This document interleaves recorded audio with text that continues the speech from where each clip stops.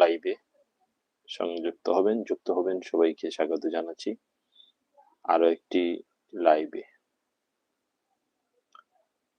তো আপনাদের সামনে যতই দিন যাবে ততই দালালদের চেহারা উন্মোচিত হবে, একে একে সকল দালালদেরকে চিনতে হবে। আপনারা জানেন এই পৃথিবীটা বর্তমানে দালালে ভরে গেছে, দালালময় একটা পৃথিবী। তো সবকিছুর মধ্যে দালাল থাকে, দালাল ছাড়া যেন কোনো কিছুই চলে না। আপনারা ছোট সময় দেখেছেন ভাত, মানে আমরা যে ভাত খাই সেই ভাতের যে ধান, ধান বিক্রি করতে গেলেও দালাল লাগে। আমরা ছোট সময় দেখতাম নৌকাতে করে দালালরা আসতেন ধান কেনার জন্য গ্রামে গঞ্জে। যখন পানি চলে আসে বারিশের সময়, তখন নৌকা, বিশাল বড় বড় নৌকা আসতো ধান কেনার জন্য, আর তখন সাথে দালাল থাকতেন। মানে দালাল যারা তারা পরিচিত, এলাকার সবাই 100 মন, 200 মন, 500 মন, 1000 মন এরকম ধান বিক্রি করতেন।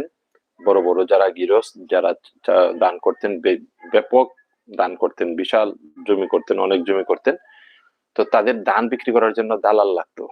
তো যারা দালাল তাদেরকে সবাই চিনতো এলাকায়। তো যে ইমুক দালাল, ইমুক দালাল, ইমুক দালাল, তো দালালদেরকে খবর দিলে যে আমরা ধান বিক্রি করবো, দালালরা নৌকা নিয়ে আসতো। আবার নৌকার মধ্যে দালালরা থাকতো অনেক সময়, মানে দালাল হিসেবে সবাই তাদেরকে চিনতো। তো যারা ধান কিনতো তারা প্রতি মূল পিছে তাদেরকে একটা টাকা দিত। দালালরা আবার ধান মাপতো, মানে কৃষক যে বিক্রি করবে সে মাপলেও হবে না, যে নৌকাওয়ালা ধান কিনবে সে মাপলেও হবে না। তাহলে ধান মাইপা দিতে হবে কার?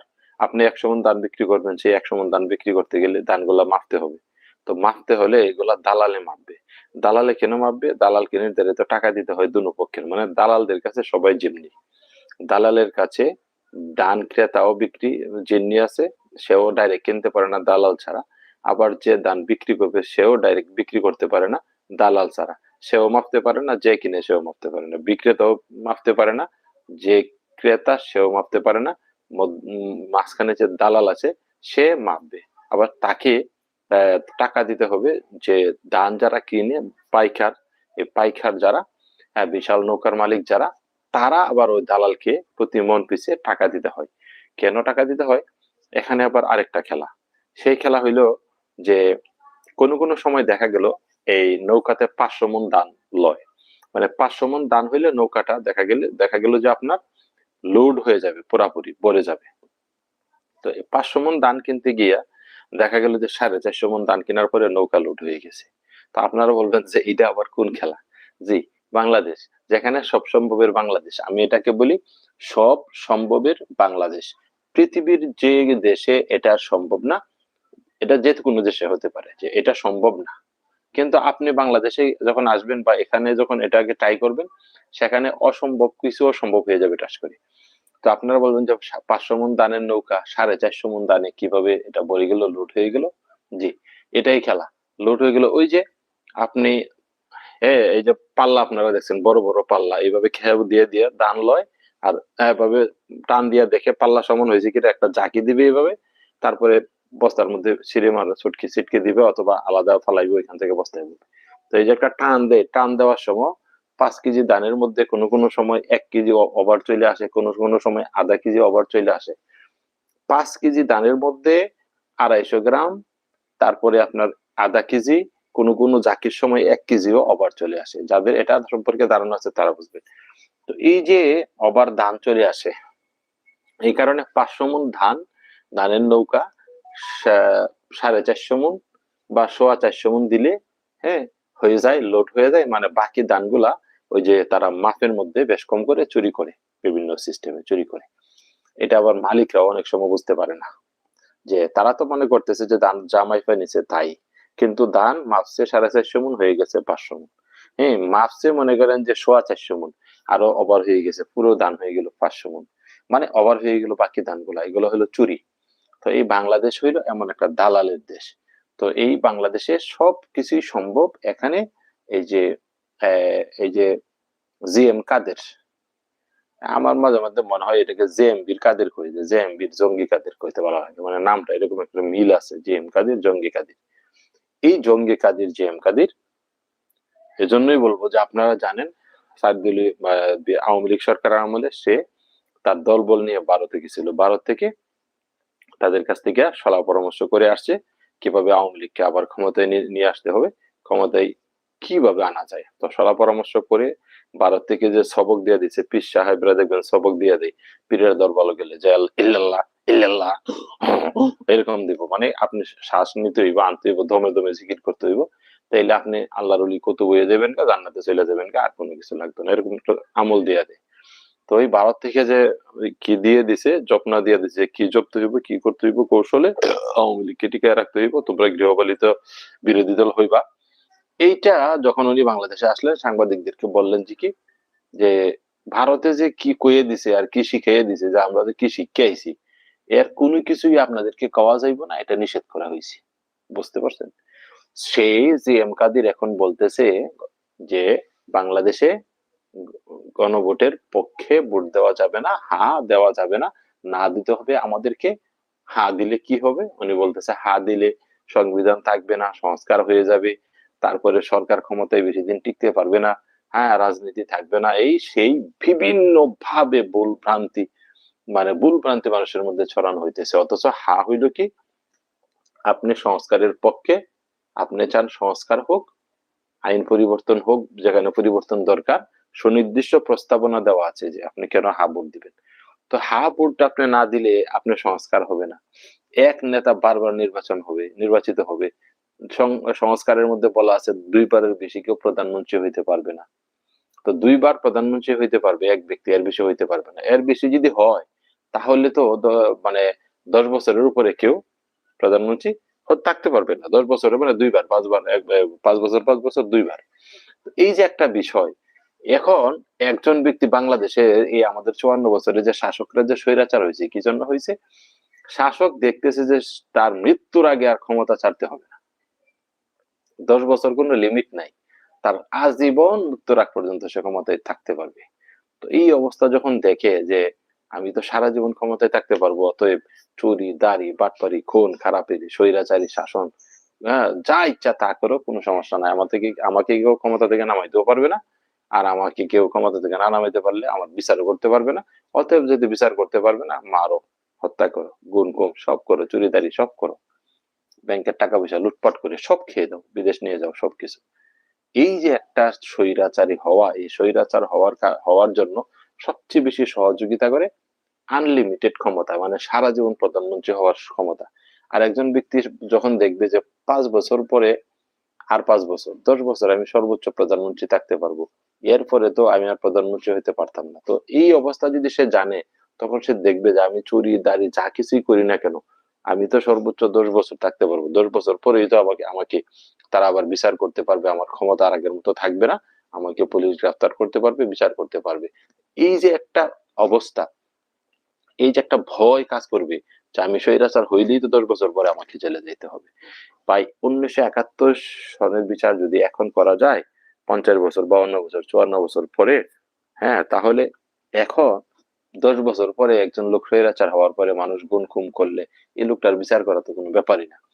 তো এখন যদি দেখে যে প্রধানমন্ত্রী হওয়ার পর 10 বছর পরে তার বিচার করবে, তাকে জেলে ঢুকাবে, তাকে রিমান্ডে নিবে, তাকে ডিম ডিম থেরাপি দিবে, তাকে ফাঁসি দিবে, তাহলে এই প্রধানমন্ত্রী অপরাধ করার আগে 100 বার চিন্তা করবে যে আমি অপরাধটা করবো কিনা। আমি তো 10 বছর পরেই আমি আবার ধরা খাবো। এর ভিতরে যদি মারা না যায় তাহলে তো 10 বছর পরেই তার শাস্তি হবে। এই স্বৈরাচার থেকে স্বৈরাচারের পথ বন্ধ হওয়ার সবচেয়ে সুন্দর একটা মাধ্যম হইলো এটা। কিন্তু জিএম কাদের কি বলতেছে যে না, হাবুট দেওয়া যাবে না। এই জিএম কাদের না, শুধু এই যে সাথে আরেকটা দেখতেছেন, এত বড় একটা কি দিয়ে রাখছে কপালে, হ্যাঁ সুশীল, এই মেয়েটাও দেখলাম বলতেছে না ভোটের মানে না ভোট দিতে হবে, হা ভোট দেওয়া যাবে না। মানে এরা হইলো পেঁয়াজের পটকি রসুনের পটকি, সব এক জায়গাতে। দেখছেন, পেঁয়াজ রসুনের যত কুয়াই থাকুক, রসুনের কুয়া যত 10টা 20টা থাকুক, দেখবেন সব কুয়াই এক জায়গায় মিলিত হয়েছে, পুটকির লগে লাগছে। তো এদের এদের পুটকি হইলো ভারতে, জিএম কাদেরের পুটকিও ভারতে, এই এই যে মহিলা, এদের এদের এদের মূল্যর সাথে যারা আছে, হ্যাঁ এই বিএনপির লোকগুলা যারা আছে, এই জাতীয় পার্টির লোকগুলা যারা আছে, বা এই এই এই জুলাইয়ের বিরোধী যারা যে শক্তিটা আছে, এদের সবগুলার পুটকি এখন ভারতে সুজা। এই ওইখান থেকে পুটকি, ওইখান থেকে মেইন গিয়ে ওইখানে মিলিত হয়েছে, ওইখান থেকে যা আসে সিগন্যাল, যা আসে তাই করে। আজকে স্বৈরাচার হওয়ার যে পথ, বাংলাদেশের শাসন ব্যবস্থার যে পরিবর্তন হওয়া দরকার, রাষ্ট্রপতি এবং প্রধানমন্ত্রীর মধ্যে যে আমাদের পরিবর্তন হওয়া দরকার, ক্ষমতার যে ভারসাম্য দরকার, দেশটার যে সংস্কার দরকার, আর রেন খেলাপি চুর বাটপাড়া যাতে নির্বাচন করতে না পারে এটা যে দরকার, সৎ লোক যাতে নির্বাচিত হইতে পারে এবং শাসন ব্যবস্থার পরিবর্তন দরকার, এগুলা কে করবে? এই সংস্কার গুলা কে করবে? এই চুরির পথ কে বন্ধ করবে? শুনেন, 54 বছর এদেশের জনগণ কিন্তু বৈশা বৈশা খায় নাই। আপনারা দেখেন, আপনাদের বাপ দাদা, আমাদের বাপ দাদা বা আমাদের পূর্বপুরুষ ছিল তারা, বা এখন আমরা বা আমাদের ছেলে মেয়েরা, আমরা তো কেউ বৈশা বৈশা খাই না। এদেশের প্রতিটা জনগণ, প্রতিটা মানুষ, কোন দলের ব্যাপারে বলতেছি না, প্রতিটা মানুষ নিরপেক্ষ, প্রতিটা মানুষ যার যার যা দাগা থেকে সবাই কর্মঠ, সবাই কর্ম করে খাইতেছে, কেউ বৈশা বৈশা খায় না। তো এই যে এই দেশের এখন না 20 কোটি, আমরা 7 কোটি থেকে যদি শুরু করি, 7.5 কোটি, 7 কোটি, তো 7 কোটি মানুষ থেকে আজকে 20 কোটি মানুষ হয়েছে। আমাদের কেউ বৈশা বৈশা আমরা খাই না, সবাই তো কাজ করতেছি। আমরা কাজ করতেছি, সরকারকে ট্যাক্স বেড দিতেছি, আমাদের সকল কাজ অফিস আদালতে যা করতেছি, দলিল, হ্যাঁ, জায়গা জমি থেকে শুরু করে খাজনা, সব জায়গাতে আমরা ট্যাক্স বেড সরকারকে পুরাপুরি দিয়ে জিতেছি। তাহলে 54 বছর, 55 বছর একটা দেশের কোটি কোটি মানুষ ট্যাক্স বেড দেওয়ার পরে আজকে সরকারের আয় কই, টাকা পয়সা কই, যেখানে আমাদের এই দেশটা সিঙ্গাপুর হওয়ার কথা ছিল। কারণ আমরা এই দেশের মানুষ, লাখ লাখ কোটি কোটি মানুষ আমরা প্রবাসী, তারা বিদেশ থেকে রেমিটেন্স দেয়, ডলার দেয়। আবার কোটি কোটি মানুষ এখানে বসে খায় না, কাজ করে খায়, কৃষি কাজ করে, এই করে সেই করে, কলকারখানা সহ সবখানে কাজ করে। আমরা প্রতিনিয়ত রাষ্ট্রকে টাকা দিচ্ছি, আমার টাকাগুলা কই? সব টাকা এই চুরে রাখাইতেছে এই রেন খেলাফির নামে। এস আলম সহ আওয়ামী লীগ 16-17 বছর খাইছে, এর আগে বিএনপি খাইছে, এর আগে জাতীয় পার্টি খাইছে, এখন আবার খাবে। এখনের খেলাটা আরো সুন্দর, কত টেকনিক দেখেন। এখন খাবে আওয়ামী লীগ, মানে আওয়ামী লীগকে পুনর্বাসন করবে। এখন যে চাঁদাবাজি হইতেছে, চাঁদার অংশ কিন্তু আওয়ামী লীগও পায়, বন্ড কিন্তু পায়, বিএনপিও পায়, জাতীয় পার্টি তারাও পায়। মানে এখন খাবে 3 দল, আওয়ামী লীগ থাকবে চোখের অন্তরালে, জাতীয় পার্টি থাকবে দৃষ্টির অন্তরালে। এরা দৃষ্টির অন্তরাল থেকে, পিছনে থেকে বিএনপি কে সহযোগিতা করবে। মানে এখন সবাই খাবে লুটপাট করে, এরা, এদের যারা আছে সাথে শক্তি, তারা সবাই লুটপাট করে খাবে। এখন আমাদের এই, আমরা যদি এখন তাদেরকে না চিনি, ওদের দালাল কারা, তাহলে কিন্তু আমাদের গভীর সমস্যা আমাদের সামনে। আমরা যতই ইনকাম করি, বিদেশিরা যতই ডলার দেব, দেশের মানুষ যতই ইনকাম করুক, সরকারকে ট্যাক্স বেড দেব, আমাদের কিচ্ছুই হবে না, কারণ আমাদের ডলার তলা নাই। মানে আপনি মাছ মারতেছেন, বড় বড় মাছ, মাছগুলা যে পাত্রে রাখতেছেন, এটার তলে দিয়ে কিচ্ছু নাই। এদিক দিয়ে রাখেন, ওই দিক দিয়ে বার হয়ে যায়, ওই দিক দিয়ে রাখেন, ওই দিক দিয়ে বার হয়ে যায়, মানে তলা নাই। এই ডলার তলা ছাড়া আমাদের বাংলাদেশ, আর এই ডলার তলা ছাড়া এই বাংলাদেশে আপনি আর আমি, আমরা যতই ইনকাম করি, যত কিছুই করি, এই যে আমরা ট্যাক্স বেড দিতেছি, সব কিছু চুরি করে তারা নিয়ে যেতেছে। তো এই জন্য যে এম কাদের সাহেব বললেন কি, যে আমাদের হা ভোট দিলে হবে না, না ভোট দিতে হবে, না ভোটের পক্ষে উনি ক্যাম্পেইন করতেছেন। কারণ হা ভোট দিলে সরকারি দল, বিরোধী দল সবকিছুর মধ্যে পরিবর্তন আসবে, শাসন ব্যবস্থার মধ্যে পরিবর্তন আসবে, এবং স্বৈরাচারীর পথ, স্বৈরাচার হওয়ার পথ বন্ধ হবে, চুরি দাড়ি করার পথ বন্ধ হবে, সুশাসন বাংলাদেশে ফিরে আসবে, জনগণ অধিকার পাবে। হ্যাঁ, সিন্ডিকেটকারীদের কালো হাত ভেঙে যাবে, তারা সিন্ডিকেট করে দ্রব্যমূল্যের দাম ইচ্ছা মতো বাড়াতে পারবে না, শাসন ব্যবস্থার পরিবর্তন হবে। তো এইটা যে এম কাদেররা চান না। কেন চান না? চাইবেন কিভাবে? ওনাদের যে বান্ধবী, ওনারা তো বিদেশ। হ্যাঁ, তো ওনাদের যে বান্ধবী, ওনাদের বান্ধবী তো বিদেশ, ওনাদের বন্ধু সকল সবাই তো বিদেশ, বিভিন্ন দেশে ওনারা চলে গেছেন। এখন যদি চাঁদাবাজি বন্ধ হয়, এখন যদি সিন্ডিকেট বন্ধ হয়, এখন যদি সুশাসন প্রতিষ্ঠিত হয়, এখন যদি রাষ্ট্রপতি প্রধানমন্ত্রীর ভারসাম্য তৈরি হয়, এখন যদি 2বারের বেশি কেউ প্রধানমন্ত্রী না হইতে পারে, তাহলে ওনাদের বান্ধবীরা আর কিভাবে ফিরে আসবেন? এই আইন হইলে পরে ওনাদের বান্ধবীদের কাছে যে চাঁদাবাজির অংশ, টাকা পয়সা পাঠাইতে হয়, সুশাসন প্রতিষ্ঠিত হইলে এগুলা কিভাবে পাঠাবে? এবং জুলাইয়ের পক্ষের শক্তিরা যদি বাংলাদেশের ক্ষমতায় চলে এসে সংস্কার করেন, তখন ওনাদের সামনে শুধু অন্ধকার আর অন্ধকার, বুঝতে পারছেন? এই জন্য এই জে এম কাদের, এই জাউরা কাদের, এই বাটপার, এই সিটার, এই জন্য আজকে দেখা যাইতেছে যে এই সংস্কারের বিপক্ষে উনি কথা বলতেছেন, ডুগডুগি বাজাইতেছেন সংস্কারের বিপক্ষে। যারা সংস্কারের বিপক্ষে বলতেছেন এদের লজ্জা শরম কিচ্ছু নাই। জনগণ তো এদেরকে বুঝতে পারতেছে যে এরা চুর, এরা বাটপার, এই কারণে এরা সংস্কার চায় না। তারপরেও তাদের লজ্জা শরম হয় না জনগণের সামনে এদের, এরা চুর হবে, বাটপার হবে, এরা খুনি হবে, এরা সন্ত্রাসী হবে, তারপরেও কি হবে, এরা সংস্কার চাইবে না। বুঝছেন, এরা সংস্কার চাইবে না, সংস্কারকে ঠেকাইতে হবে। সংস্কারকে ঠেকাইয়া ওনাদের মাকে, হাসিনাকে আবার বাংলাদেশে আনতে হবে। তারপরে আবার এই দুঃশাসন সবাই মিলে লুটপাট করে আমাদেরকে খাইতে হবে, সবাই মিলে লুটপাট করে আমাদেরকে খাবে। তো এই জাউরা কাদের, জিএম কাদের, এদেরকে আমাদেরকে চিনতে হবে। কারা টাকার বিনিময়ে স্বার্থের কারণে কারা বিক্রি হয়। এরশাদ সাহেব মারা গেছেন, আল্লাহ তাকে জান্নাত নসিব করুন, দোয়া করি মুসলমান হিসেবে অনেক, আল্লাহ তাকে সব ভুল মাফ করে দেয়। কিন্তু সকালে এক কথা, বিকালে এক কথা, দুপুরে এক কথা, রাত্রে এক কথা, সন্ধ্যায় এক কথা, ফজরের পরে আরেক কথা, এইভাবে উনি কি করছেন, বারবার শুধু পোল্ট্রি মেরেছেন, পোল্ট্রি মেরেছেন, পোল্ট্রি মারতে মারতে মারতে মারতে মারতে মারতে জনগণের সামনে একজন বেইমান হিসেবে, একজন স্বৈরাচার হিসেবে চিহ্নিত হয়েছেন।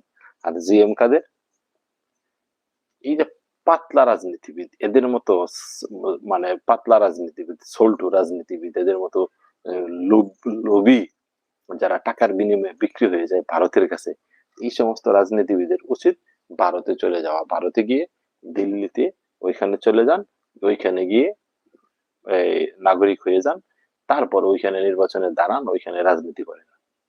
বাংলাদেশের বাংলাদেশে, জুলাইয়ের বিপ্লবের এই বাংলাদেশে আপনাদের এই পচা রাজনীতি বাংলাদেশের জনগণ খাবে না, বাংলাদেশের জনগণ পছন্দ করবে না, এগুলোকে সাপোর্টও দিবে না। আপনারা এরই মধ্যে জাতির কাছে দালাল হিসেবে প্রমাণিত হয়ে গেছেন, গরুর দালাল। তারপরে সব জায়গাতে জায়গা জমি বিক্রি করবেন, দালাল। গাড়ি বিক্রি করবেন, দালাল। সিএনজি বিক্রি করবেন, দালাল। বাড়ি বিক্রি করবেন, দালাল। জমি বিক্রি করবেন, দালাল। ছাগল বিক্রি করবেন, দালাল। ডিম বিক্রি করবেন, দালাল। হাঁস মুরগি বিক্রি করবেন, দালাল। রাজনীতি করবেন, দালাল। দালালে আলালে, দালালে আলালে সারা পৃথিবী এখন সয়লাভ হয়ে গেছে। দালাল আর দালাল, পাড়া দিলেই দালাল ভরে পাওয়ার তোলে। ঘর থেকে বাইরে হইবেন, পা ফলাইবেন, দেখবেন দালাল পাওয়ার তোলে পড়তেছে একটার পর একটা। এইভাবে দালালময় হয়ে গেছে সারা বাংলাদেশে। এখন রাজনীতিবিদ আর খুঁজে পাওয়া যায় না, শুধুই দালাল, শুধুই দালাল। বুঝছেন, শুধুই দালাল, শুধুই দালাল। এই দালালদেরকে বয়কট করতে হবে, দালালদেরকে বয়কট করতে হবে ভাই। 54 বছর হয়ে গেছে, আমরা সচেতন হই না। আমাদের জনগণের মধ্যে সচেতনতার এতই অভাব সচেতনতার। সচেতন না হলে তো আর এই দালালদের খপ্পর থেকে আমরা কিছুতেই আমরা কি মুক্তি পাবো না। আজকে দেখুন না, বাংলাদেশে ইউনূস সরকার দালালদের খপ্পরে পড়ে গেছে। একটা সরকার, একটা বিপ্লবী সরকার, আজকে একজন নোবেল বিজয়ী একজন ইউনূস দালালদের খপ্পরে পড়ে গেছে। নির্বাচন চলে আসতেছে, অস্ত্র উদ্ধার হইতেছে না। নির্বাচন চলে আসতেছে, হ্যাঁ, সন্ত্রাসীরা আরো বেপরোয়া হয়ে যাইতেছে, বিভিন্ন জায়গাতে হামলা মামলা, হ্যাঁ, শুরু করে দিছে। কি একটা এলাহি কাণ্ড। আজকে আমরা দালালদের খপ্পরে পড়ে গেছি। আমাদের উচিত দালালদেরকে চিহ্নিত করা, দালালদেরকে বয়কট করা, এই দালালদের মুখোশ জাতির সামনে খুলে দেওয়া, যে দেখুন দালাল কারা, এই জিএম কাদের, এই দালাল কাদের, এদেরকে আমাদের বয়কট করার সময় আসছে। বয়কট করতে হবে এদেরকে। এদের কথায় কিছুতেই সাই দেওয়া যাবে না। এদের কথায় যদি সাই দেই, এদের কথায় যদি আমরা না ভোট দেই, আমরা যদি হা ভোট দিতে না পারি, হাকে জয়যুক্ত না করতে পারি, দালালদের খপ্পরে পড়ে যদি আমরা না ভোট দিয়ে দেই, তাহলে বাস এদেশের প্রতিটা জনগণে খাবে। মনে রাখবেন, প্রতিটা জনগণ, এই দেশের প্রতিটা পাবলিক, তারা কিন্তু বাস খাবে। ঠিক আছে, যদি আমরা এদের খপ্পরে পড়ি। তো এই জন্য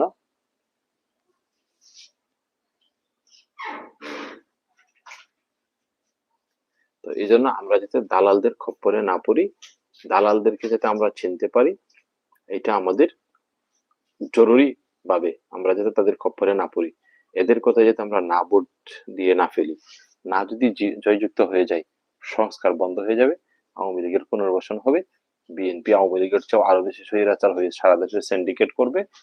1000 টাকা বা 1100 টাকার গ্যাস 2000 টাকা 2200 টাকায় পাওয়া যাবে না। দেখুন আমাদের সামনে উদাহরণ একটা আছে না, 2,500 টাকায়ও গ্যাস পাওয়া যায় না অনেক জায়গাতে, অথচ 1,180 টাকায় কিছুদিন আগে ওই গ্যাস কিনলাম।